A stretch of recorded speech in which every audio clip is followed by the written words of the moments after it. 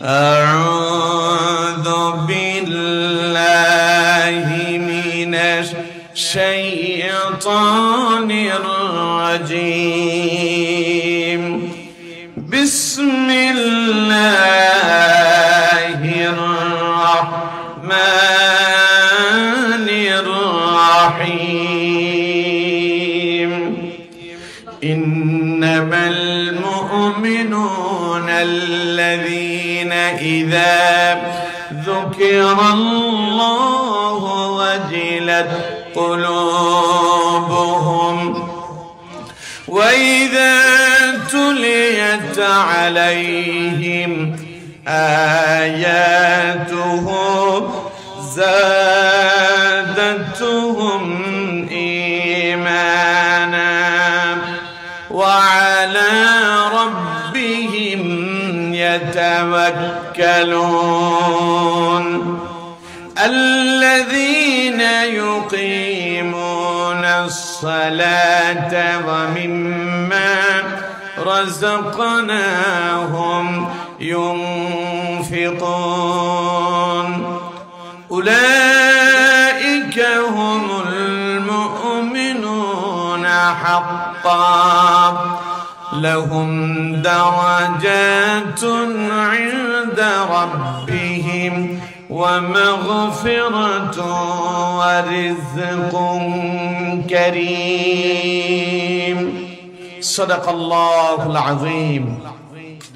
সম্মানিত বন্ধুগণ, প্রিয় ভাই সাহেব, আমি আপনাদের সামনে কোরআনুল কারীমের অত্যন্ত গুরুত্বপূর্ণ একটি সূরা সূরাতুল আনফাল থেকে 3টি আয়াতে কারিমা তিলাওয়াত করেছি।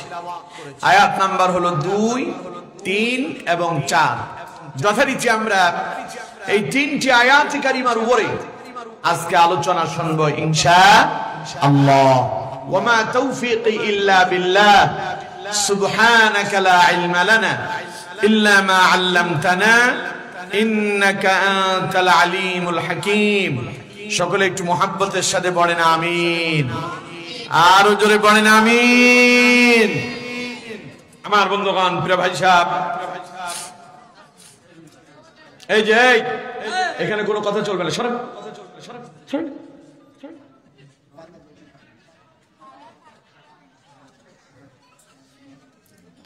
প্রিয় বন্ধুগণ, আমার দিকে খেয়াল করেন। আমি মানুষ অত ভালো না, ফেনীর লোকজন অত সুবিধার না, বুঝতে পারছেন? সুতরাং আমার মাহফিল চলাকালীন সময় কথা বলা যায় না, কারণ যদিও আমি এখানকার বক্তা, এখন কথা বলছি, কথাগুলো আমার না, কথাগুলো কার? চিল্লায় বলতে হবে কার? তা আল্লাহর কথা যেখানে হবে সেখানে চুপ করে শুনতে হবে। আদেশ কার? জানেন এটা? কথা কয় না, জানেন? জানলে বলবেন জানি, না জানলে বলেন জানি না। জানেন? তার মানে কেউ জানে কেউ জানে না। তাহলে কোরআন থেকে শুনুন, আল্লাহ পাক বলছেন, আল্লাহ রাব্বুল আলামিন বলছেন, ওয়াইযা কুরিয়াল কুরআনু ফাসতামিউ লাহু ওয়া আনসিতু লাআল্লাকুম তুরহামুন। আল্লাহ রাব্বুল আলামিন বলছেন, আমার বান্দারা, যখন তোমাদের সামনে আমার কোরআন থেকে আলোচনা করা হয়, আমার কোরআন থেকে আলোকপাত করা হয়, আমার বান্দারা, তখন তোমাদের দায়িত্ব হলো ফাসতামিউ লাহু ওয়া আনসিতু, তোমাদের মুখগুলো বন্ধ করো, দুনিয়ার কাজকর্ম ছেড়ে দাও, কথা বলা বন্ধ করে দাও, হৃদয়ের কানগুলো খাড়া করে দাও, মনোযোগ দিয়া, হৃদয় দিয়া, অন্তর দিয়া আমার কোরআনের আলোচনা শ্রবণ করো। পড়েন আল্লাহু আকবার। আমরা বলি আল্লাহ, আমরা যদি মন দিয়া, হৃদয় দিয়া, অন্তর দিয়া যদি তোমার কোরআনের আলোচনা শুনি, তাহলে পরে আমাদের লাভ কি হবে? আল্লাহ পাক বলছেন, ওয়া আনসিতু লাআল্লাকুম তুরহামুন। আমার বান্দারে, মনোযোগ দিয়া যদি, হৃদয় দিয়া যদি কোরআনের আলোচনা শুনতে পারো, তাহলে পরে তোমরা তোমাদের আল্লাহর দরবারে, তোমাদের মনিবের কাছে আশা পোষণ করো, তিনি অবশ্যই তোমাদের প্রতি রহমত বরকত অবতীর্ণ করবেন। আর আল্লাহর রহমত বরকত যিনি পাবেন, তার মতো সৌভাগ্যবান আর কেউ হতে পারে নাকি? কথা বলেন, হতে পারে? তাহলে চুপ করে মনোযোগ দিয়ে শুনতে হবে আদেশ কার, আর শুনলে লাভ কার? শুনলে লাভ কার? আপনার নিজের লাভ। এই জন্য চুপ করে মনোযোগ দিয়ে শুনতে হবে, না উঠা বসা করা যাবে, না কোনো কথা বলা যাবে। আল্লাহ তাআলা আমাদেরকে বোঝার তৌফিক দান করেন, পড়েন আমিন। মাঝে মধ্যে যদি ধমক চমক দেয় তো বুঝবেন যে এটা কিন্তু আপনাদের অসুবিধার কারণে আপনি ধমক খেতে হচ্ছে। দয়া করে ধমক কেউ খাবেন না, চুপ করে শোনেন। আল্লাহ আমাদেরকে তৌফিক দেন, পড়েন আমিন। তাহলে আমার বন্ধুগণ, যেই সূরা থেকে আমি তিলাওয়াত করছিলাম, সূরার নাম কি বলছি আপনাদের স্মরণ আছে? সূরাতুল আনফাল। সূরাতুল আনফাল। এই সূরার ভেতরে টোটাল আয়াত আছে ৭৫টা। আয়াত আছে কতটা? ৭৫টা। এতে রুকু আছে 10টা। সূরাটি নবী করিম সাল্লাল্লাহু আলাইহি ওয়াসাল্লামের মদিনার জিন্দেগিতে অবতীর্ণ হয়েছে বিদায় এটাকে মাদানী সূরা বলা হয়। আমার বন্ধুগণ, প্রিয় ভাই সাহেব, আমি আশা করছি আপনারা খুব মনোযোগ দিয়ে আলোচনা শ্রবণ করতেছেন, ঠিক কিনা? কথা বলেন ঠিক কিনা? তাহলে এবার বলেন তো, এই সূরা থেকে আমি কয়টা আয়াত পড়ছিলাম? মাশাআল্লাহ, তার মানে আপনাদের স্মরণ আছে। আয়াত নাম্বার কত কত বলতে পারবেন? 2, 3, 4। তার মানে বোঝা যাচ্ছে মাশাআল্লাহ মনোযোগ ঠিকই আছে। আমার বন্ধুগণ, এইভাবে আপনাদের মনোযোগ ধরে রাখতে হবে শেষ পর্যন্ত। পারবো তো ইনশাআল্লাহ? আমার বন্ধুগণ, এবার আসুন এই 3টি আয়াত। এই ছেলেরা, এই 3টি আয়াত কারিমার ভেতরে আল্লাহ রাব্বুল আলামিন কি মেসেজ দিয়েছেন তা আমরা এখন শুনবো ইনশাআল্লাহ। বলেন ইনশাআল্লাহ। এই 3টি আয়াত কারিমার ভেতরে আল্লাহ পাক পরিচয় দিচ্ছেন সত্যিকারের মুমিন কারা, প্রকৃত মুমিন কারা, এবং প্রকৃত মুমিনের পুরস্কার কি হবে, এই বিষয় সম্পর্কে আল্লাহ পাক এই 3টি আয়াত কারিমার ভেতরে আলোচনা করেছেন। পড়েন সুবহানাল্লাহ। আমার বন্ধুগণ, আল্লাহ রাব্বুল আলামিন এইভাবে শুরু করলেন। আল্লাহ পাক বলছেন, ইন্নামাল মুমিনুনাল্লাযীনা ইযা যুকিরাল্লাহু ওয়াজিলাত কুলুবুহুম। আল্লাহ পাক বলছেন, ইন্নামাল মুমিনুন, নিশ্চয় মুমিন তারা। আমরা বলি আল্লাহ মুমিন কারা? আল্লাহ পাক বলছেন, আল্লাযীনা ইযা যুকিরাল্লাহু ওয়াজিলাত কুলুবুহুম। আল্লাহ রাব্বুল আলামিন বলছেন, সত্যিকারের মুমিনদের প্রথম এবং প্রধান বৈশিষ্ট্য হলো সত্যিকারের মুমিনদের সামনে যখন আল্লাহর জিকির করা হয়, অথবা মুমিনরা যখন আল্লাহর জিকির করে, আল্লাহ রাব্বুল আলামিন বলছেন তখন আল্লাহর ভয়ে মুমিনদের অন্তরের ভিতরে কম্পন ধরে যায়। পড়েন আল্লাহু আকবার। আমার বন্ধুগণ, তাহলে আল্লাহ পাক বলছেন মুমিন কারা, মুমিনের পরিচয় দেওয়া হচ্ছে। এখন আমার দেশের কত মুমিন এরকম আছে, নাম রাখছে বাপে আব্দুল মোমেন, আবার কারো বাপে নাম রাখছে ইমান আলী।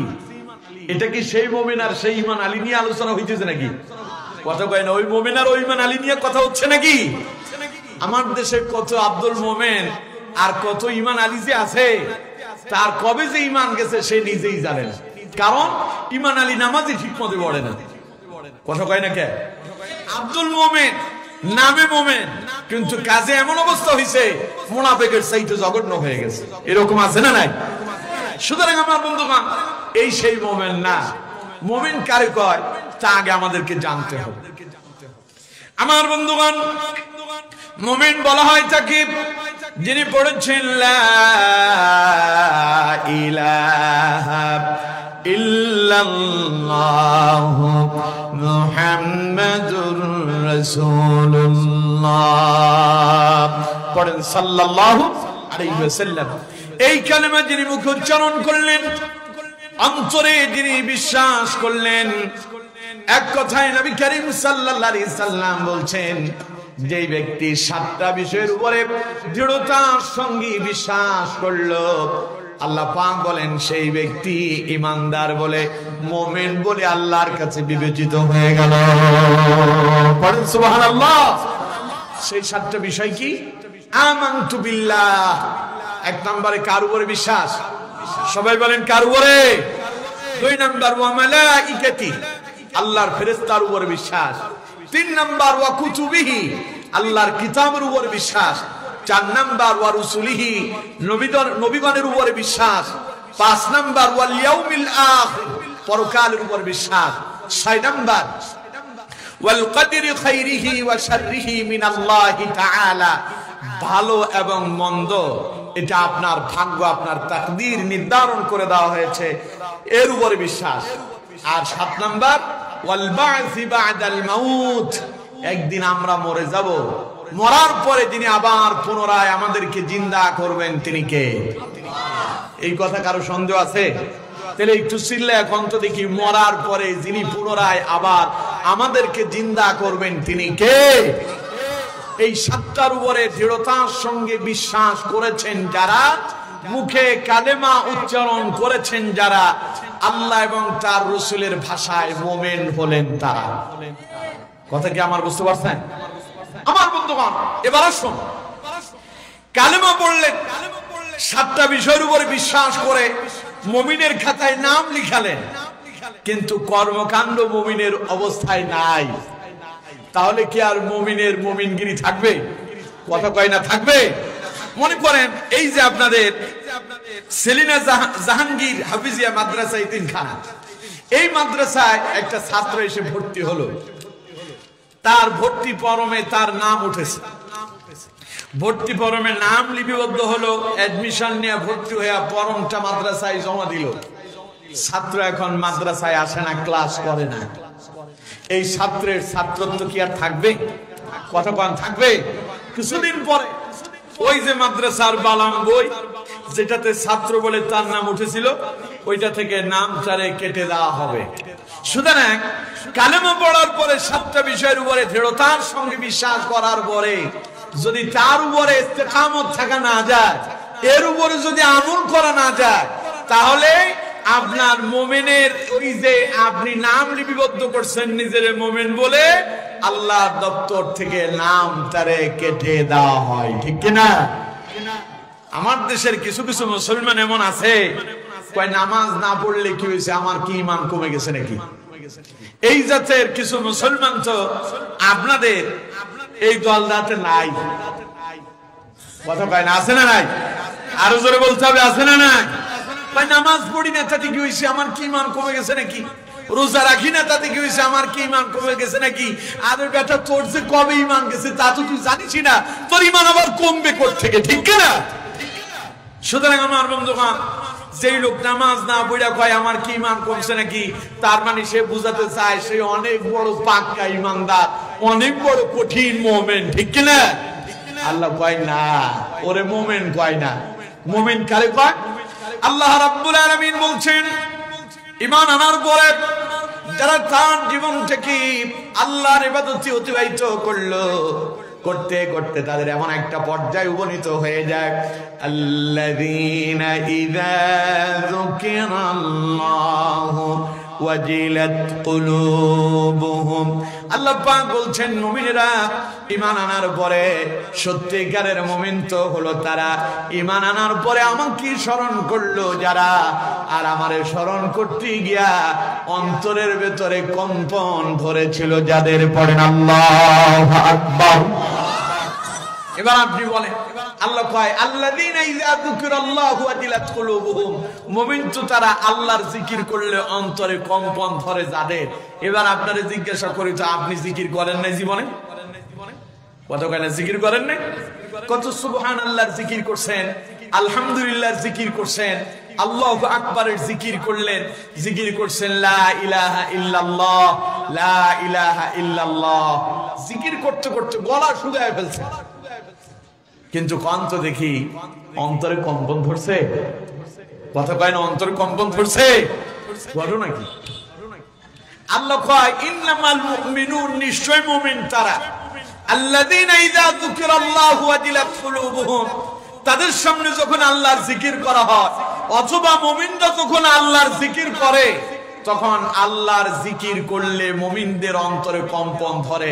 এখন আমরা সবাই মুমিন, আমরা কত আল্লাহর জিকির করলাম, আমাদের অন্তরে কম্পন ধরলো না, আবার আমরা নিজের পাক্কা মুমিন বলে দাবি করি, তাহলে এখন বোঝা যায় আল্লাহর কথার সাথে আমাদের জীবনের সঙ্গে মিলল না।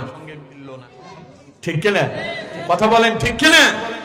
এবার আসুন, এই যে জিকিরের কথা এখানে বলা হয়েছে, জিকির অর্থ স্মরণ। জিকির অর্থ কি? সবাই বলতে হবে জিকির অর্থ কি? আরো জোরে বলেন কি? আল্লাহ পাক বলছেন এখানে জিকির বলে সুবহানাল্লাহর জিকির বোঝানো হয়নি, এখানে আলহামদুলিল্লাহর জিকির বোঝানো হয়নি, আল্লাহু আকবারের জিকির বোঝানো হয়নি, এখানে লা ইলাহা ইল্লাল্লাহর জিকির বোঝানো হয়নি। মুফাসসিরিন কিরাম বলেছেন, মুহাদ্দিসিন কিরাম লিখেছেন, এখানে আল্লাহ রাব্বুল আলামিন মুমিনদের যে জিকিরের কথা বলেছেন তা হলো আল্লাহর দরবারে পরকালের জবাবদিহিতার স্মরণ। মুমিনরা যখন পরকালের কথা যখন মুমিনদের অন্তরে এসে যায়, কিয়ামত দিবসের কথা যখন মুমিনদের স্মরণে পড়ে যায়, মৃত্যুর পরে কবরের কথা যখন মুমিনদের স্মরণে পড়ে যায়, আল্লাহ পাক বলেন মুমিনেরা ওই মুহূর্তে আমি আল্লাহর ভয়ে তাদের অন্তরে কম্পন ধরে যায়। এইরকম মুমিন আছে না নাই? এবার বলেন আছে না নাই? জাহান্নামের কথা শুনলে পরে কিয়ামত দিবস গোটা জীবনের হিসাব আল্লাহর কাছে দিতে হবে, এতে কোনো সন্দেহ আছে? সবাই কথা বলেন, সন্দেহ আছে? আচ্ছা, আমার কথা কি আপনাদের কাছে খারাপ লাগতেছে নাকি? ওয়াজ কি খারাপ হইতেছে নাকি? না খারাপ হইলে বলেন, লাইন চেঞ্জ করে দিই। কোন লাইনে ভালো লাগবে ওইটা কোন, তাহলে ওই লাইনে যাই। ভালো লাগে তাহলে আমার সঙ্গে কথা বলতে হবে, পারবেন তো ইনশাআল্লাহ? আল্লাহ তৌফিক দেন, বলেন আমি। চুপ করে বসে থাকবেন না, চুপ করে বসে থাকলে রহমত পাবেন না, জবাব দেবেন, ভেতরে ঢুকবে। ভালো ছাত্রদের অভ্যাস হচ্ছে শিক্ষক যখন টিচিং দেয় ছাত্রদেরকে প্রশ্ন করলে ভালো ছাত্ররা জবাব দেয়, খারাপ ছাত্ররা চুপ করে বসে থাকে। আমি আশা করছি এখানে আমার একজন ছাত্রও খারাপ নাই, ঠিক কিনা? তাইলে আপনারা যে ভালো ছাত্র তার প্রমাণ হিসেবে আপনাদেরকে জবাব দিতে হবে। আপনারা জবাব দিলে আমি বুঝবো না আমার ছাত্ররা ঠিক আছে। তাহলে ঠিক মতো জবাব দিতে পারবেন তো? এখনো সবাই বলে নাই তো, জবাব দিতে পারবেন তো? মনে রাখবেন এটা কোরআনের ক্লাস। এটা কিসের ক্লাস? এটা খালি ওয়াজ মাহফিল না যে শুনলাম কান শুট করে বাড়ি চলে গেলাম। আমিও বাড়ি একদম শুরু থেকেই এমন ওয়াজ করবো আপনাদের চোখ দিয়ে পানি পড়বে, বাড়িতে যাবেন কোনো আমল করতে পারবেন না। কারণ ওইটাতে শুধু পানি ফালানোর ওয়াজ আছে, আমলের নাই। কথা বুঝতে পারছেন? এই জন্য আপনারা আসছেন যেহেতু কিছু মেসেজ নিয়ে যান, বাড়িতে গিয়ে তার উপরে আমল করেন। কথা কি বুঝতে পারছেন? বন্ধুগণ একটু মনোযোগ দেন। তাহলে আমার বন্ধুগণ আল্লাহ পাক বলছেন মুমিন তো তারা আল্লাযীনা ইযা যুকিরাল্লাহু ওয়াজিলাত কুলুবুহুম, তারা যখন আল্লাহকে স্মরণ করে। এই স্মরণ হলো পরকাল দিবসে, কিয়ামত দিবসে আল্লাহর সামনে আমাদের প্রত্যেককে দণ্ডায়মান হওয়া লাগবে কি লাগবে না? আরো জোরে বলেন লাগবে কি লাগবে না? আল্লাহর সামনে যখন দাঁড়াবেন সেই কিয়ামতের কঠিন ময়দানে গোটা জীবনের হিসাব আল্লাহর সামনেই দিতে হবে। আল্লাহ পাক বলছেন ফামাইয়া'মাল মিসকালা যাররাতিন খায়রান ইয়ারা ওয়া মাইয়া'মাল মিসকালা যাররাতিন শাররান ইয়ারা। আল্লাহ পাক বলছেন আমার বান্দারে সেই কিয়ামত দিবসে দুনিয়ার জমিনে ভালো এবং মন্দ যা করছো প্রত্যেকটা জিনিসকে আমি তোমার সামনে অণু থেকে অণু, অর্থাৎ ক্ষুদ্র থেকে অতি ক্ষুদ্র, ছোট থেকে অতি ছোট, ভালো এবং মন্দ যা করছো কিয়ামতের দিন সব যিনি আমাদের সামনে উপস্থাপন করে দেখাবেন তিনি কে? চিল্লায় বলতে হবে তিনি কে? আমার বন্ধুগণ মুমিনেরা যখন এই কথা যখন তাদের স্মরণে এসে যায়, মনে পড়ে যায়, আরে আমি তো একদিন মরে যাব, আর মরার পরে কিয়ামতের ময়দানে আল্লাহর সামনে আমাকে দাঁড়াতে হবে।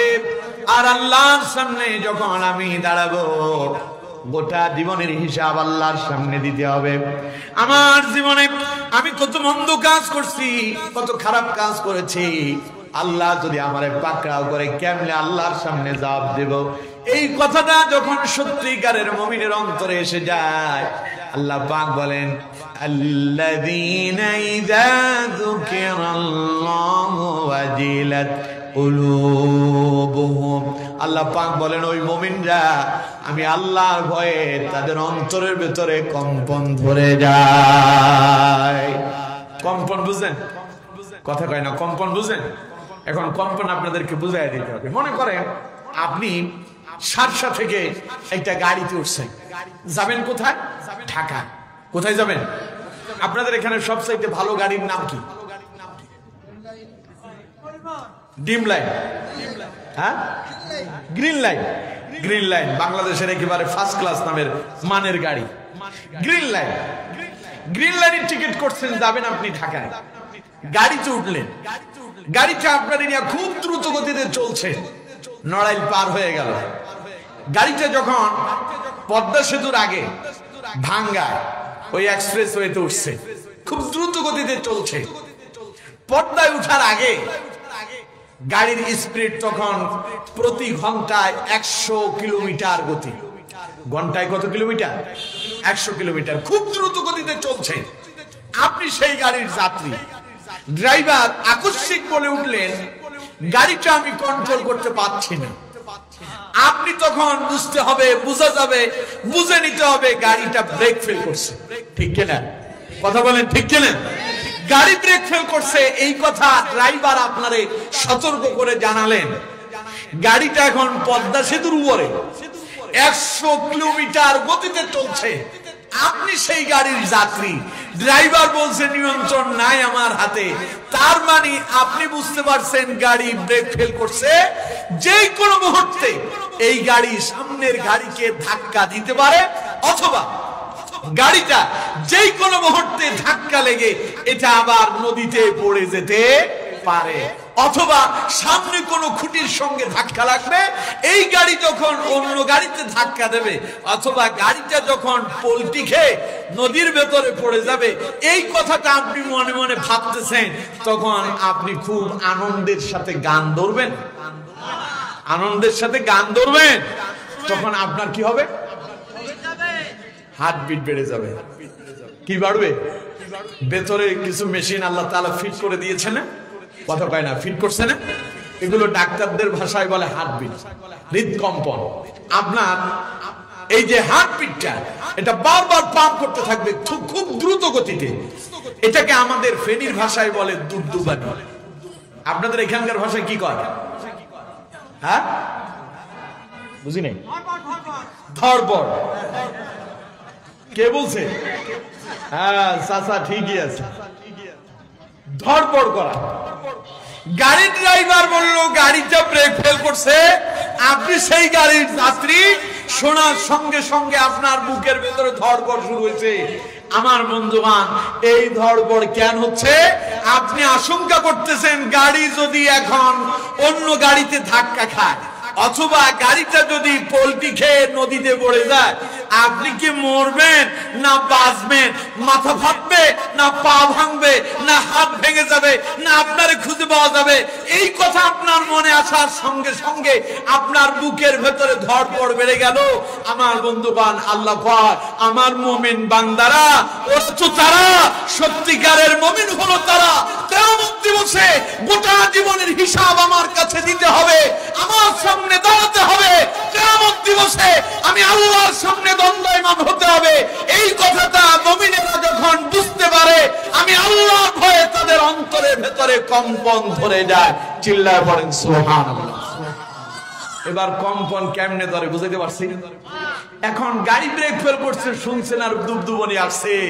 কিয়ামতের ময়দানে যে জাহান্নাম আপনার জন্য অপেক্ষা করছে, নামাজে পড়তেছেন না, সিনেমাতে দেখেন, গান বাজনাতে শোনেন, জানাজে করতেছেন, জুয়ার আসরে যে যান, মদের আড্ডায় যে বসে আছেন, আপনার অন্তরের ভেতরে তো এই চিন্তা এলো না যে কোনো মুহূর্তেই মরে রাখতে পারে, মরলেই আল্লাহর সামনে দাঁড়াতে হবে, আর আল্লাহর কাছে গিয়ে কি জবাব দিতে হবে?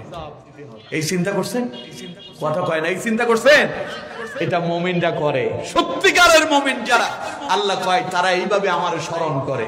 আল্লাযীনা ইযা যুকিরাল্লাহ, তারা যখন এইভাবে আমার স্মরণ করে, ওয়াজিলাত কুলুবুহুম, তখন তারা ভয় বিতস্ত হয়ে যায়, তাদের অন্তরগুলো আমি আল্লাহর ভয়ে কেঁপে উঠে পড়েন সুবহানাল্লাহ। এইরকম লোকের সংখ্যা খুবই কম আছে, কিছু আছে, কিন্তু এই জাতের লোকের সংখ্যা কি? কথা কয় না, এই জাতীয় লোকের সংখ্যা কম। যেমন নবী করিম সাল্লাল্লাহু আলাইহি ওয়াসাল্লামের একজন সাহাবীর কথা বলি। নাম হচ্ছে হযরতে উসমান যিন নূরাইন রাদিয়াল্লাহু তাআলা, অথবা হযরত উসমান ইবনে আফফান রাদিয়াল্লাহু তাআলা। নাম শুনছেন? কথা কয় না, শুনছেন? ইসলামের কততম খলিফা? 3 নাম্বার। কত নাম্বার? সবাই বলেন কত নাম্বার? ইসলামের 3য়তম খলিফা হযরত উসমান ইবনে আফফান রাদিয়াল্লাহু তাআলা আনহু।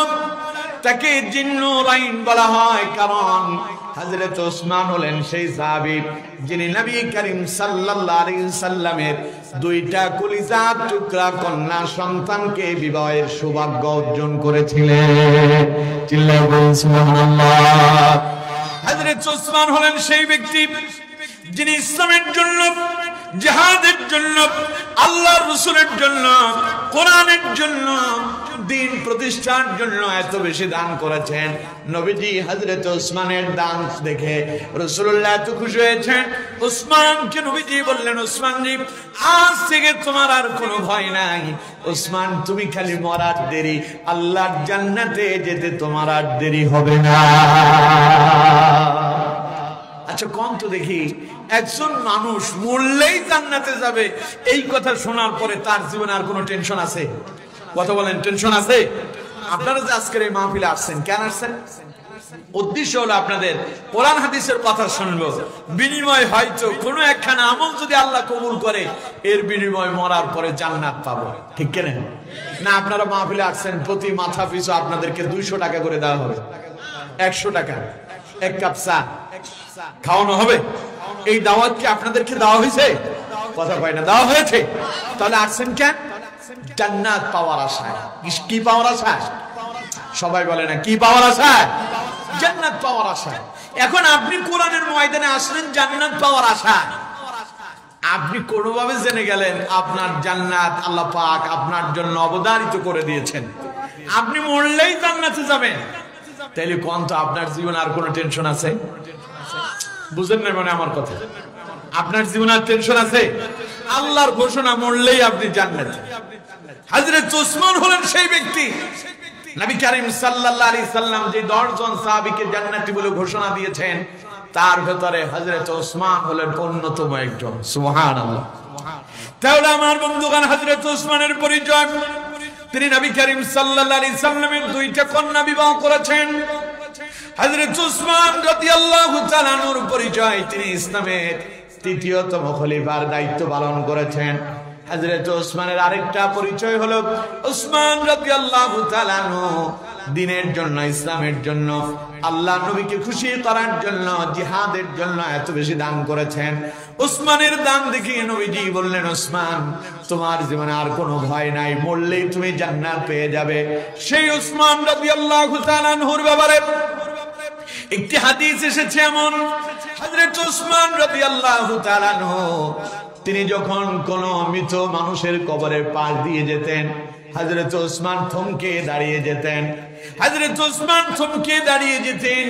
উসমান রাদিয়াল্লাহু তাআলা আনহু কবরের পাশে দাঁড়ায়া এত বেশি কান্না করতেন, এত বেশি কান্না করতেন। হযরত উসমানের 2 চোখ দিয়ে পানি গড়ায় গড়ায় পড়তো, দাড়িগুলো ভিজে যেত। ওই দাড়ি ভিজে টপ টপ করে পানি পড়ে জামাটা পর্যন্ত ভিজে যেত। এত বেশি পরিমাণ কান্নাকাটি করতেন হযরত উসমান। উপস্থিত জনগণ তারে প্রশ্ন করলো, ভাই উসমান, ঘটনা কি? আপনি যখন জান্নাত জাহান্নামের আলোচনা শোনেন তখন তো আপনি এত কাঁদেন না, মৃত মানুষের কবর দেখলে আপনি কেন এত কান্না করেন? হযরত উসমান জবাব দিচ্ছেন, ও নবীর উম্মতেরা, ও আমার প্রিয় ভাইরা, আমার বন্ধুরা, শোনো, আমি আমার নবী বিশ্ব নবী মুহাম্মদুর রাসূলুল্লাহ সাল্লাল্লাহু আলাইহি ওয়াসাল্লামের পবিত্র জবান মোবারকে শুনেছি।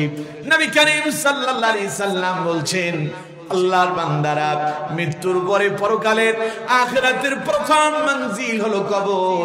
যার কবরের জীবনটা হবে ভালো, নবীজি বলেন তার পরবর্তী প্রত্যেকটা মঞ্জিল হয়ে যাবে ভালো। পড়েন সুবহানাল্লাহ। হযরত উসমান বলেন, আমি রাসূলুল্লাহর পবিত্র জবানে এই কথাও শুনেছি। নবীজি বলেছেন, ও উসমান রে শোনো, দুনিয়ার আমার উম্মতেরা শোনো, আমার উম্মতেরা ইন্তেকালের পরবর্তী পরকাল জীবনের প্রথম মঞ্জিল হলো কবর। যার কবরের প্রথম মঞ্জিল হবে কঠিন, তার পরবর্তী প্রত্যেক মঞ্জিল কঠিন হয়ে যাবে। এবং আমি রাসূলুল্লাহর জবানে এই কথাও শুনেছি, আল্লাহ নবী বলেছেন, আমি আমার জীবনে অসংখ্য শাস্তি দেখেছি, ভয়ানক জায়গা দেখেছি। নবীজি বলেছেন কবরের মতো এমন ভয়ানক জায়গা আমি নবী আর কিছুই দেখি নাই। হযরত ওসমান বলেন, আমি যখন মৃত মানুষের কবরের পাশে এসে দাঁড়াই, নবীর সেই কথাগুলো আমার মনে পড়ে যায়। হযরত ওসমান বলেন, আমি তখন টেনশনে পড়ে যাই, আমিও তো একদিন মরে যাব, মরার পরে আমিও তো এই কবরের ভেতরে যাব, না জানি আমার পরকালের প্রথম মঞ্জিল কবরটা কেমন হবে। অথচ নবীজি ওসমানের ব্যাপারে ঘোষণা দিলেন, ওসমান মরলেই তুমি যাবে আল্লাহর জান্নাতে। সেই ওসমান মৃত মানুষের কবর দেখে এত কান্না করে, কলিজার ভেতরে অন্তরের ভেতরে ধড়ফড় শুরু হয়ে যায়। আল্লাহ পাক বলেন, ওসমান যে কবর দেখে কান্না করছে আর ওসমানের চোখ দিয়া পানি গড়ায় গড়ায় পড়তেছে, এটাই সত্যিকারের মুমিনের পরিচয়। সত্যিকারের মুমিনের যখন কোন মৃত মানুষের কবরের পাশ দিয়ে যাবে অথবা কোন মৃত মানুষের জানাজায় অংশগ্রহণ করবে, মৃত মানুষ যখন কবর দিতে যাবে তার মনে পড়ে যাবে, আরে আমিও তো তার মতো একদিন লাশ হয়ে যাব, আমিও তো মরে যাব, আমিও তো মাটিতে যাব। এই অন্ধকার কবরের ভিতরে না জানি আমার কি অবস্থা হবে, যেখানে কোনো আলো নাই, বাতাস নাই, সঙ্গী নাই, সাথী নাই, বন্ধু নাই, মা নাই, বাবা নাই, আপনজন বলতে কেউই নাই। ওই কবরে আমি কি করে থাকবো? যদি আমার আল্লাহ যদি আমার কবরটারে যদি অন্ধকার বানায় দেয়, আমার কবরটা যদি জাহান্নামের অন্ধকার, ওই জাহান্নামের যদি আযাবের অন্ধকার জায়গা যদি হয়ে যায়, আমার অবস্থা কেমন হবে? এই কথাটা যখন মুমিনদের অন্তরে এসে যায়, আল্লাহ পাক বলেন, আল্লাযীনা ইযা যুকিরাল্লাহু ওয়াজিলাত কুলুবুহুম। এই কথাটা মুমিনদের অন্তরে আসার সঙ্গে সঙ্গে মুমিনদের অন্তরের ভেতরে আমি আল্লাহর ভয়ে কম্পন শুরু হয়ে যায়। কথা কি বুঝতে পেরেছেন? কথা বুঝতে পেরেছেন? আমি আপনাদেরকে বুঝাইতে পারছি? তাহলে সত্যিকারের মুমিনের প্রথম গুণ, যখন কিয়ামত দিবসের কথা মনে পড়বে, জাহান্নামের শাস্তির কথা মনে পড়বে, কবরের আযাবের কথা মনে পড়বে, আল্লাহর ভয়ে মুমিনের অন্তরে কি ধরবে? কথা কয় না, কি ধরবে? এমন কম্পন যদি আপনার অন্তরে আসে, এখন কি আমি বললাম, এতে যদি আপনার অন্তরে বিন্দু পরিমাণ ভয় যদি জাগ্রত হয়, তাহলে বুঝে নেন সত্যিকারের মুমিনের আলামতটা আপনার ভেতরে আছে। আর যদি তা যদি না হয়, তাহলে বুঝতে হবে আপনি এখনো সত্যিকারের মুমিন হতে পারেননি। নামের মুমিন হইছেন, কামের মুমিন এখনো হইতে পারেন। সুতরাং আমার বন্ধুগণ, আল্লাহ রাব্বুল আলামিন আমাদের প্রত্যেকের অন্তরের ভেতরে আল্লাহর ভয় জাগ্রত করে দেন। বলেন আমিন। আরো জোরে বলেন আমিন। তাহলে এক নাম্বারটা বুঝাতে পারছি, বুঝতে পারছেন? এক নাম্বারটা বুঝেন নাই কারা কারা হাত তোলেন। এক নাম্বার বুঝলেন না যে হুজুর সত্যিকারের মুমিনের অন্তরে কেমনে কম্পন ধরে, আমি এটা বুঝি নাই। বুঝতে পারছেন? ওয়াজ সাকসেস হয়ে গেছে, ওয়াজ তো সাকসেস। এখন খালি আমলের দরকার। কিসের দরকার? কথা কয় না, কিসের দরকার? আপনি যখন বুঝতে পারছেন, বাড়িতে গিয়ে আমল করলে কাম হয়েছে। আল্লাহ আমাদেরকে আমল করার তৌফিক দেন। বলেন আমিন। এবার দুই নাম্বার আসেন আমার বন্ধুগণ। আল্লাহ রাব্বুল আলামিন বলছেন সত্যিকারের মুমিনদের দ্বিতীয় নাম্বার কোয়ালিটি হলো, ওয়াইযা তুলিয়াত আলাইহিম আয়াতুহু যাদাতুহুম ঈমানা। আল্লাহ পাক বলছেন সত্যিকারের মুমিন তো তারা আমার কোরআনের আলোচনা শুনে যারা, আর কোরআনের আলোচনা শুনলো যারা, কোরআনের আলোচনা শোনার পরে সত্যিকারের মুমিনদের ঈমান বহু গুণে বেড়ে যায়। পড়েন আল্লাহু আকবার। আল্লাহ পাক বলছেন মুমিনের সত্যিকারের মুমিনের দ্বিতীয় নম্বর পরিচয় হলো ওয়াইদা তুলিয়াত আলাইহিম আয়াতুহু যাদাতহুম ঈমানা। মুমিনরা যখন আমার কোরআন থেকে আলোচনা শুনে, আমার আয়াতগুলো যখন শুনে, তখন মুমিনদের ঈমান কমে না বাড়ে? আরো জোরে বলেন, কমে না বাড়ে? এখন আমার দেশে দেখা যায় কোরআনের আলোচনা শুনলে কি ঈমান বাড়বে, কলিজায় আগুন লাগে। কথা কয় না ঠিক কিনা? যদি বলেন ঠিক কিনা? আমার দেশে দেখবেন মসজিদে তো আপনারা আসেন না? কথা কয় না? মসজিদে যান না আপনারা? দেখবেন মসজিদে ইমাম সাহেব যখন কোরআন দিয়ে জুমা বাড়ে, তিনি যখন খুতবা দেন, সুদের বিরুদ্ধে বললে সুদখোরের দুই চোখ লাল হয়ে যায়, ঠিক কিনা? ইমাম যখন ঘুষের বিরুদ্ধে বলে, ঘুষখোরের কলিজায় লেগে যায়। ইমাম যখন সন্ত্রাসের বিরুদ্ধে বলে, সন্ত্রাসীদের মেজাজ খারাপ হয়ে যায়। ইমাম যখন রাত্রিবেলায় বাড়ির দিকে রওনা হয়, সন্ত্রাসীরা পথে উৎপেতে থাকে, ইমামকে ধরে পিটায়া রক্তাক্ত করে, ঠিক কিনা? জোরে বলতে হবে ঠিক কিনা? এই জাতের কিছু শয়তান বিগত 16 বছরে আমরা অনেক দেখছি। কথা কয় না কেন? দেখছেন আপনারা? কথা কয় না? দেখছেন? কণ্ঠ দেখি কোরআন কার? সবাই বলেন এই কোরআন কার? আমরা কার? কথা কয় না? আমরা কার? আসমান কার? জমিন কার? কোরআনও আল্লাহ, আসমানও আল্লাহ, জমিনও আল্লাহ, আমরাও আল্লাহ। তাহলে আল্লাহর কোরআনের কথা বলতে অনুমতি লাগবে কে? আপনারা যে এই যে 12 বছর, এবার আপনাদের 12তম তাফসীর মাহফিল, এই বছর আপনাদের কোনো অনুমতি লাগছে? কথা বলে না কেন? কোনো অনুমতি নিতে হয়েছে? কিন্তু বিগত দিনগুলোর কথা বলেন। এখন বলেন তো দেখি, যারা অনুমতি দিচ্ছে, যাদের কাছে অনুমতির জন্য যাওয়া লাগতেছে, ওরা কি মুসলিম না মুসলিম? কথা কয় না? ওরা কি মুসলমান না মুসলমান? তাহলে মুসলমান যদি হয়, কোরআন যদি মুসলমানদের কিতাব হয়, আমরাও যদি মুসলমান হই, তিনিও যদি মুসলমান হন, আল্লাহ যদি আসমানটা যদি আল্লাহর হয়, জমিন যদি আল্লাহর হয়, তিনিও যদি আল্লাহর হন, আর আল্লাহর কথা বলতে তার থেকে অনুমতি নিতে হবে কেন? বুঝা যায় ওদের অবস্থা হলো তাই। এরা কোরআনের আলোচনা হয়, কোরআনের হক কথা চলো, ওই জালেমরা তা সহ্য করতে পারে নাই, ঠিক কিনা? তাই বলে বিগত 16 বছরে আপনারা কোরআনের মাহফিল করতে গেলে পরে ওদের কাছে দৌড়াতে দৌড়াতে পায়ের তলার জুতার ক্ষয় হয়ে যেত, জালেমরা অনুমতি দিত না। কথা বলেন ঠিক কিনা? আরো জোরে বলেন ঠিক কিনা? আমার বন্ধুগণ, এবার দেখেন আল্লাহ কয়, ওয়া ইযা তুলিয়াত আলাইহিম আয়াতুহু যাদাতুহুম ঈমানা। মুমিনরা যখন কোরআনের আলোচনা শুনে তাদের ঈমান বাড়ে। আর কিছু কিছু আছে কলিজায় আগুন লাগে। মসজিদে ইমাম সাহেব তিনি যখন সুদের বিরুদ্ধে বলে সুদখোরের মন খারাপ হয়, জানার বিরুদ্ধে বললে জানাকারের মন খারাপ হয়। ইমাম সাহেব যখন ঘুষের বিরুদ্ধে বলে ঘুষখোরের দুই চোখ লাল হয়ে যায়। তার মানে বোঝা যায় তার ভেতরে ঈমান নাই, বরং তার ভেতরে ঈমানের পরিবর্তে মুনাফিকি এসে ঢুকে পড়ছে, ঠিক কিনা? জোরে বলেন ঠিক কিনা? অথচ মুমিনদের স্বভাব হবে, তারা যখন কোরআনের আলোচনা শুনবে, মুমিনদের ঈমান কমবে না বাড়বে? আরো জোরে বলেন, কমবে না বাড়বে? এবার আপনারা বলবেন, হুজুর ঈমান আবার বাড়ে কেমনে? ঈমান কেমনে বাড়ে এবার আপনাদেরকে তাও বুঝাইতে হবে। যেহেতু এটা ক্লাস, এটা কি? কথা কয় না? এটা কি? আপনারা সবাই কি ছাত্র? আপনারা সবাই কি ছাত্র? এখন আমার দায়িত্ব হচ্ছে আপনাদেরকে বুঝায় দাও ঈমান বাড়ে কেমনে। শোনেন, এই আয়াতের তাফসীর করতে গিয়ে হযরত আব্দুল্লাহ ইবনে মাসউদ রাদিয়াল্লাহু তাআলা আনহু বলছেন, ঈমান বাড়ে কেমনে? ও দুনিয়ার মানুষেরা, তোমরা বুঝতে পারবা।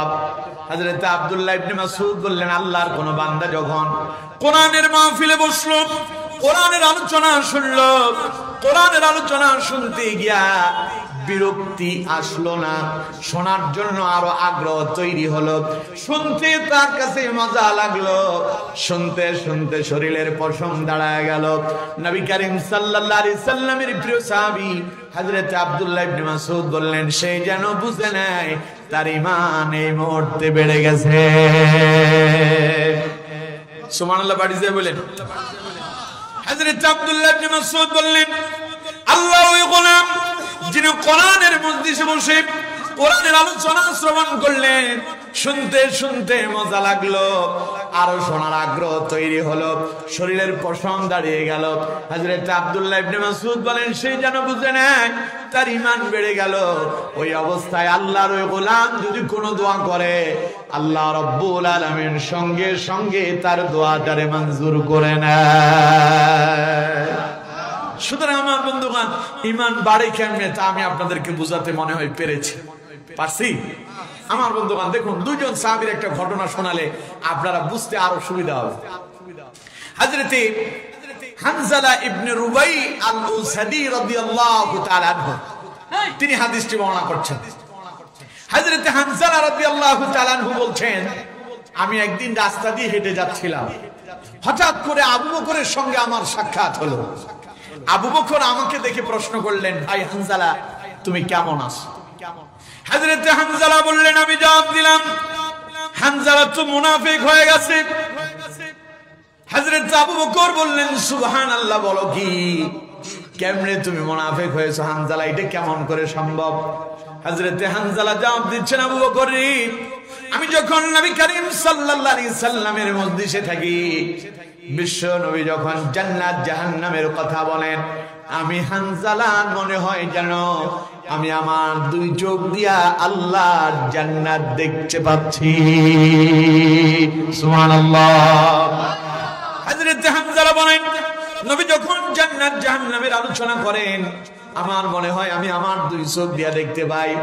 তবে যখন আমি রাসূলুল্লাহর মজলিস থেকে উঠি, আমি যখন আমার বাড়িতে এসে যাই, পরিবারের কাছে লেগে যাই, ওই যে জান্নাত দেখেছি, নবীর মজলিসে জাহান্নাম দেখেছি, কোথায় যেন সব হারিয়ে যায়।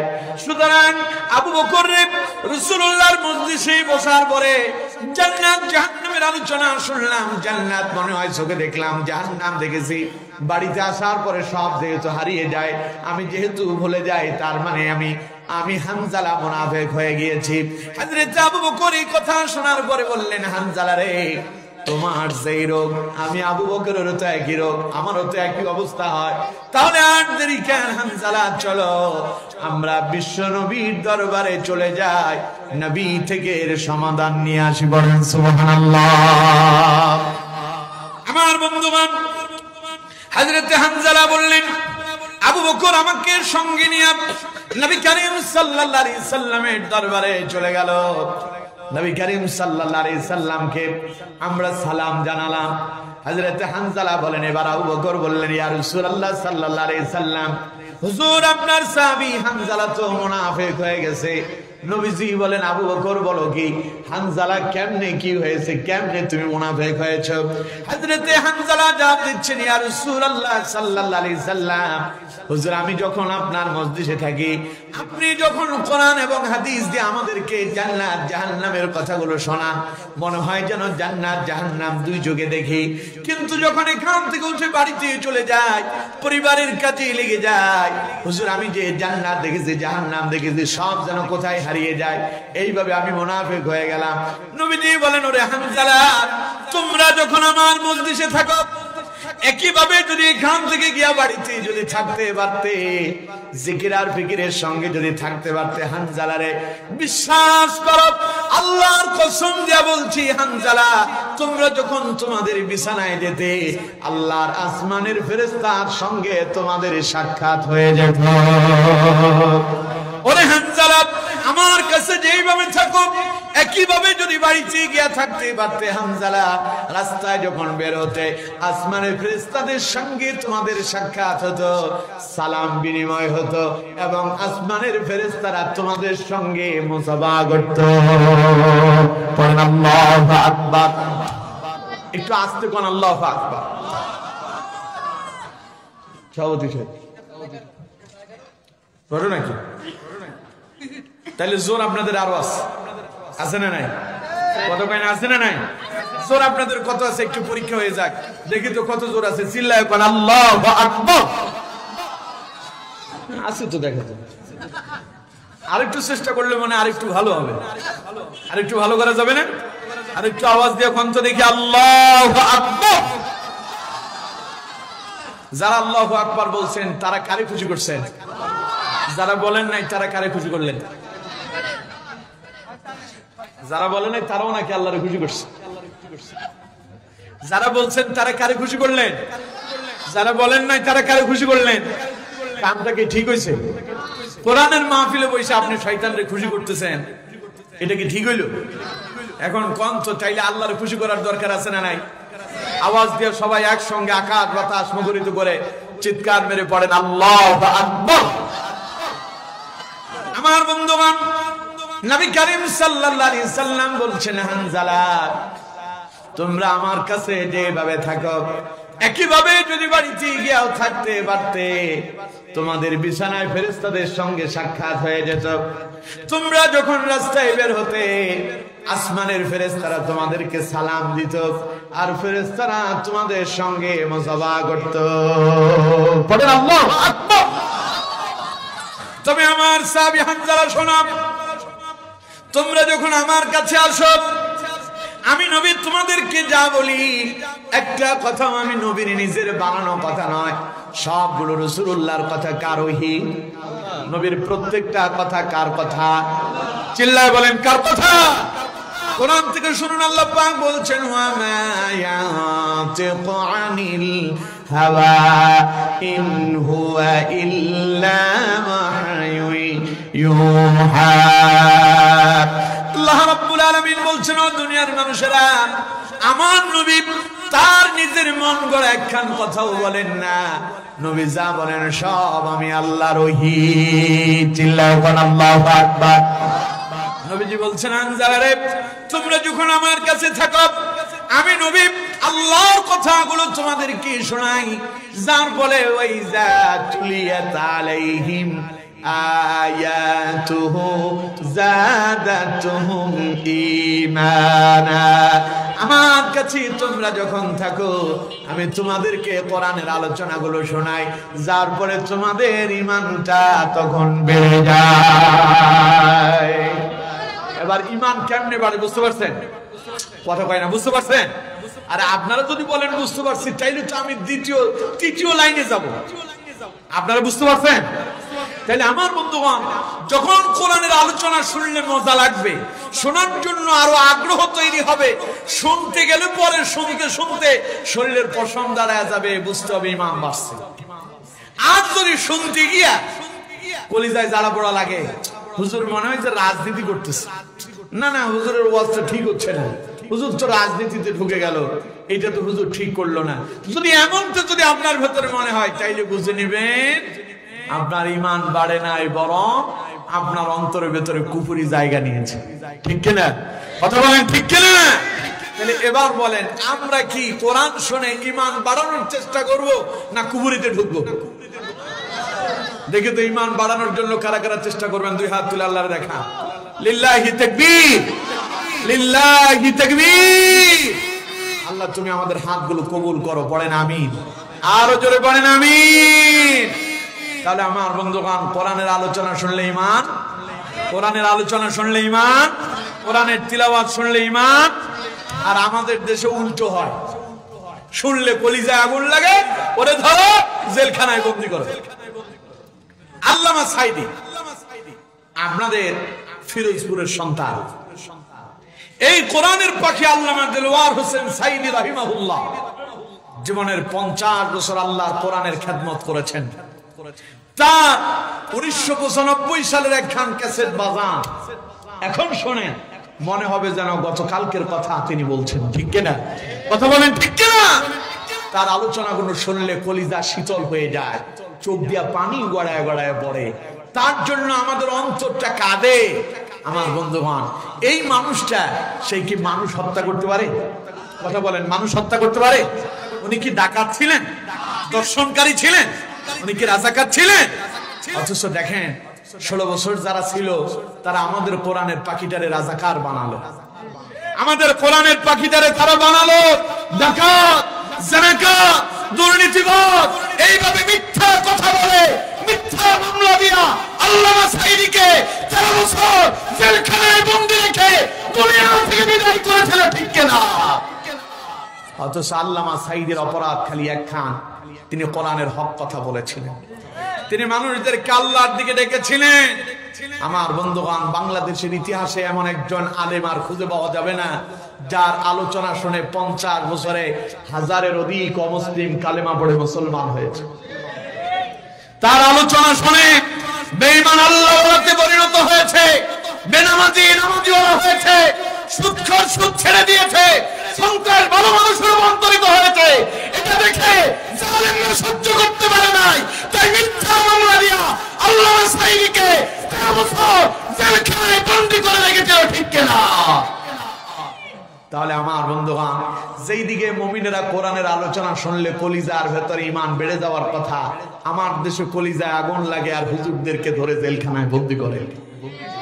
আমাদের যে আমির হামজা, সে আমির হামজা ডাকাতি করছিল, চুরি করছিল, ওর হাতে রিভলভার ছিল, অথচ সে আমির হামজারেও প্রায় 32 মাস জেলখানায় বন্দী করে রাখা হয়েছে। এইভাবে অসংখ্য আলেমদেরকে জেলখানায় বন্দী করা হয়েছিল। মূল উদ্দেশ্য, এরা কোরআনকে সহ্য করতে পারত না, ঠিক কিনা? কোরআনের কথা শুনলে এদের কলিজায় আগুন লাগতো। এরা চেয়েছিল কিভাবে আল্লাহর কোরআনের আলোকে নিভায়া দেওয়া যায়। কত দেখি তারা কি আল্লাহর কোরআনের আলো নিভায়া দিতে পারছিল? কথা বলেন, পারছিল?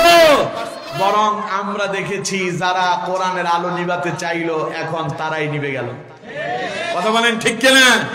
ওদের 16 বছরের চেষ্টা প্রচেষ্টা ছিল ইসলামের আলোকে নিভায়া দেওয়া, কোরআনের আলোকে নিভায়া দেওয়া। এই জন্য ইসলামী আন্দোলনকে তারা নিষিদ্ধ করেছিল, আলেমদেরকে ধরে ধরে জেলখানায় বন্দী করেছিল, ইসলামী আন্দোলনের প্রথম সারির নেতাদেরকে মিথ্যা মামলা দিয়া ফাঁসির কাস্তে ঝুলা হত্যা করেছিল। ওরা চেয়েছিল কোরআনের আলো নিভায়া দিবে। আল্লাহ বলেন, তোরা কেমনে কোরআনের আলো নিভাবি? এটা আমার আলো, এটা ইসলামের আলো। নিভায়া দেওয়ার ক্ষমতা কারো নয়, যারা নিভাতে চায় ওরাই নিভে যায়। 45 মিনিটে আল্লাহ তাদেরকে পেছনের দরজা দিয়া পালিয়ে যেতে বাধ্য করেছে, ঠিক কিনা? আল্লাহ কয়, আমি আল্লাহ ধরি না, ধরলে কিন্তু আমি আল্লাহ ধরি না, ধরলে কিন্তু। ওরা চেয়েছিল কোরআনের আলো নিভায়া দিবে। আল্লাহ কয়, এটা নিবার জিনিস না, যারা নিভাতে চায় তারাই নিভে যায়। এই কোরআনের আলো নিভাতে চেয়েছিল আবু জাহেল। সে আবু জাহেল যে নিভায়া দিয়েছে তিনি কে? এই কোরআনের আলো নিভায়া দিতে চেয়েছিল আবু লাহাব, উতবা, সাইবা, মুগিরারা, তারা পারে না। ইসলামের আলো নিভায়া দেওয়ার জন্য চেয়েছিল ফেরাউন, নমরুদ পারে নাই, হামান কামান পারে নাই। ওরা ওদের জীবনের সমস্ত শক্তিকে প্রয়োগ করে ইসলামের আলো নিভাতে চেয়েছিল। আল্লাহ তাদের কেমন ভাবে ধরেছে, এক মুহূর্তের ভেতরেই তাদেরকে আল্লাহ নিভিয়ে দিয়েছেন, ঠিক কিনা? অথচ জালেমরা এগুলো বুঝে না। আমার বন্ধুগণ, আমার দেশে একজন শিল্পী আছে, হিন্দু, নাম হলো নকুল কুমার। এই যে কোরআনের আলো নিভায়া দেওয়ার জন্য ষড়যন্ত্র করা হচ্ছে, সেই নকুল কুমার কোরআন নিয়ে গান গিয়ে বলে জীবনভর চেষ্টা করলো কোরআনের আলো নিভানো। কে এটা? হিন্দু। কি নাম? নকুল কুমার। নকল কুমারটা নাকি নকল, কথা কয় আসল। এমন এক গান সেই ধরছে যে গানের সঙ্গে বাংলাদেশের পুরো প্রেক্ষাপট মিলে গেছে। শুনবেন আপনারা? কথা বলেন, শুনবেন? নকুল বলে, যদি আগুন লেগে ধ্বংস হয়ে যায়, যায় ধ্বংস হয়ে যায়,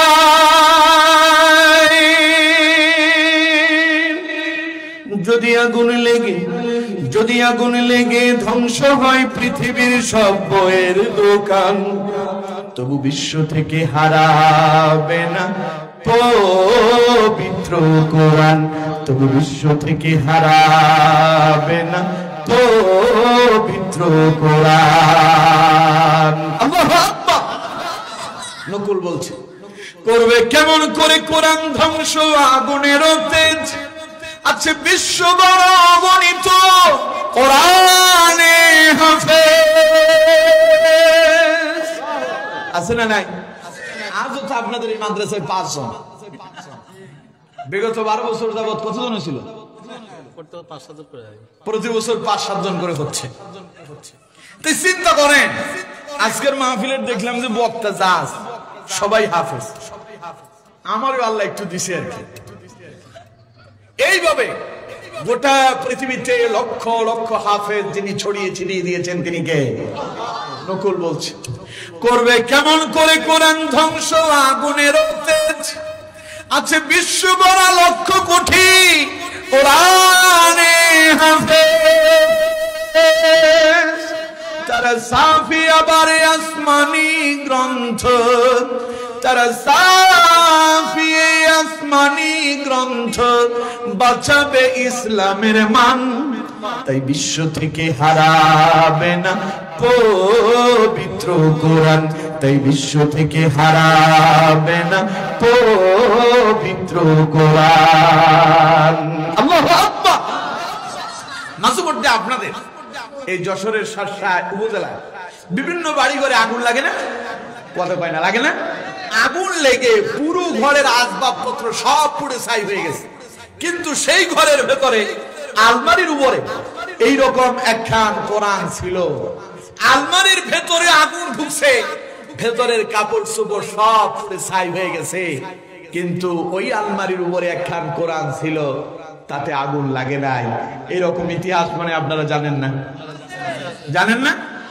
এখন আপনাদের এখানকার কথা যদি নকুল তার গানের ভিতরে বলতো, শার্শা উপজেলা খুঁজে বের করতে আমারও অনেক সময় লাগছে, তারেও তো অনেক সময় লাগতো। মানুষজন চিন্তা কি করে? নকুল যেই গান করে ওটা গোটা বিশ্বের মানুষের উদ্দেশ্যেই করে, ঠিক কিনা? তাই নকুল এমন একজনের নাম বলছে যারে আপনারা সবাই চিনবেন। দেখুন নকুল কার কথা বললেন। নকুল বলছে, দেখো পাকিস্তানের জিয়া মরল দুর্ঘটনায় ভাই, তার বিমান পড়ে ছাই হয়েছে, কোরআনে পড়ে নাই। পাকিস্তানের তৎকালীন সময়ের প্রেসিডেন্ট মরহুম জিয়াউল হক বিমান দুর্ঘটনায় মারা যায়। তার বিমানে আগুন লেগে বিমানের সব যাত্রী পুড়ে ছাই হয়ে গেছে। পাকিস্তানের তৎকালীন সময়ের প্রেসিডেন্ট মরহুম জিয়াউল হক তিনিও পুড়ে ছাই হয়ে গেলেন। তার ডিএনএ টেস্টের মধ্য দিয়ে যেই মানুষটারে পরীক্ষা করে দেখা গেল এটাই পাকিস্তানের প্রেসিডেন্ট মরহুম জিয়াউল হক, তার বুক পকেটের ভেতরে আল্লাহর একখান ছোট্ট কোরআন পাওয়া গেছে। গোটা দেহ পড়লো, বিমান পড়লো, আল্লাহর কোরআন পড়ে নাই। আরো জোরে কোন সুবহানাল্লাহ। তাই নকুল বলছে, দেখো পাকিস্তানের জিয়া মরলো দুর্ঘটনায় ভাই, তার বিমান পড়ে ছাই হয়েছে, কোরআনে পড়ে নাই। কোরআন যেমন ছিল তেমন আছে, যেমন ছিল তেমন আছে, একটি সূরাও হয়নি ম্লান, তাই বিশ্ব থেকে হারাবে না পবিত্র কোরআন, তাই বিশ্ব থেকে হারাবে না পবিত্র কোরআন। পড়েন আল্লাহু আকবার। এবার নকুল বলছে, দেখো কোরআন নিয়ে কত লোকে করলো আদালতে কেস, লিখলো সালমান রুশদি বিদ্বেষপূর্ণ শয়তানিক ভাষে, তবু আল কোরআনের নূরের বাতি, তবু আল কোরআনের নূরের বাতি সারা বিশ্বে দীপ্তিমান, তাই বিশ্ব থেকে হারাবে না পবিত্র কোরআন, তাই বিশ্ব থেকে হারাবে না পবিত্র কোরআন। পড়েন আল্লাহু আকবার। এখন যারা কোরআনকে নিভায় দিতে চায়, কোরআনকে যারা স্তব্ধ করে দিতে চায়, কোরআনের আলোকে যারা নিভিয়ে দিতে চায়, তাদের উদ্দেশ্যে নকুল কুমারের শেষ মেসেজ।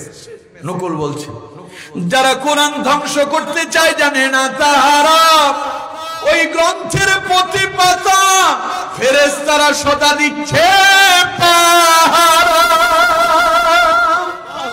যারা কোরআন ধ্বংস করতে চায় জানে না তাহারা ওই গ্রন্থের প্রতি পাতা ফেরেশতারা সদা দিচ্ছে পাহারা।